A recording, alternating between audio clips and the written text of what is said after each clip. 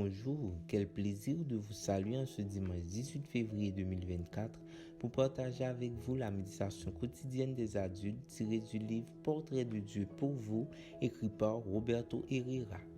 La méditation du jour a pour titre « La marque d'un vrai disciple de Dieu ».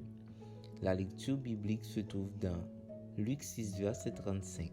Aimez donc vos ennemis, faites du bien et prêtez sans rien attendre. Et votre récompense sera grande, et vous serez fils du Très-Haut, car il est bon même pour les ingrats et les méchants.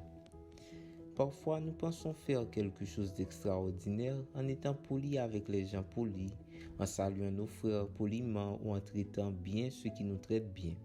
En d'autres termes, si je suis une bonne personne pour mes proches, si je suis un bon fils ou une bonne fille, un bon père ou une bonne mère, un bon mari ou une bonne épouse, un bon ami, si j'ai de la sympathie pour mes collègues et mes frères et sœurs dans la foi, en m'adressant à eux avec des mots gentils et de la douceur, je fais quelque chose qui mérite d'être reconnu. Si nous pensons ainsi, le passage d'aujourd'hui est certainement un véritable choc. Jésus nous dit dans Luc chapitre 6 qu'il n'y a rien d'extraordinaire à ce qu'un chrétien soit bon envers les gens qui sont bons envers lui. Même les pécheurs se comportent ainsi.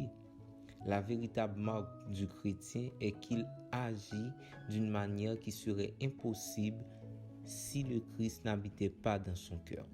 Dieu s'attend à ce que le pardon que nous accordons à ses enfants dépasse celui de ceux qui ne le connaissent pas. Que l'amour des disciples du Christ soit un amour de principe et non de sentiment.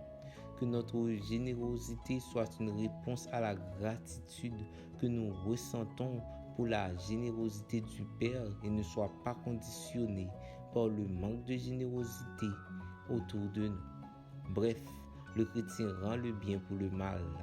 Voilà qui est extraordinaire. Pour que cette façon d'agir devienne une réalité dans nos vies, il faut qu'il y ait un changement dans notre façon de penser, ce qui signifie être chrétien. Ce changement commence par un regard sur nous-mêmes dans l'image de la générosité de Dieu pour voir à quel point nous sommes loin d'être comme elle. Ensuite, il est nécessaire de regarder l'exemple que Jésus nous a donné. L'environnement qui nous entoure nous enseigne qu'aimer ceux qui nous aiment et être bon avec ceux qui sont bons avec nous est la bonne chose à faire. Mais Jésus n'a pas pensé ou agi comme cela. Il a aimé ceux qui le méprisaient. Il a été bon avec ceux qui se comportaient mal avec lui. Il a guéri ceux qui ne l'ont même pas remercié pour cela. Les chrétiens doivent ressembler au Christ qui a aimé ses ennemis et leur a pardonné. C'est notre signe distinctif. Merci d'avoir suivi cette méditation. Nous vous souhaitons de passer une très bonne journée.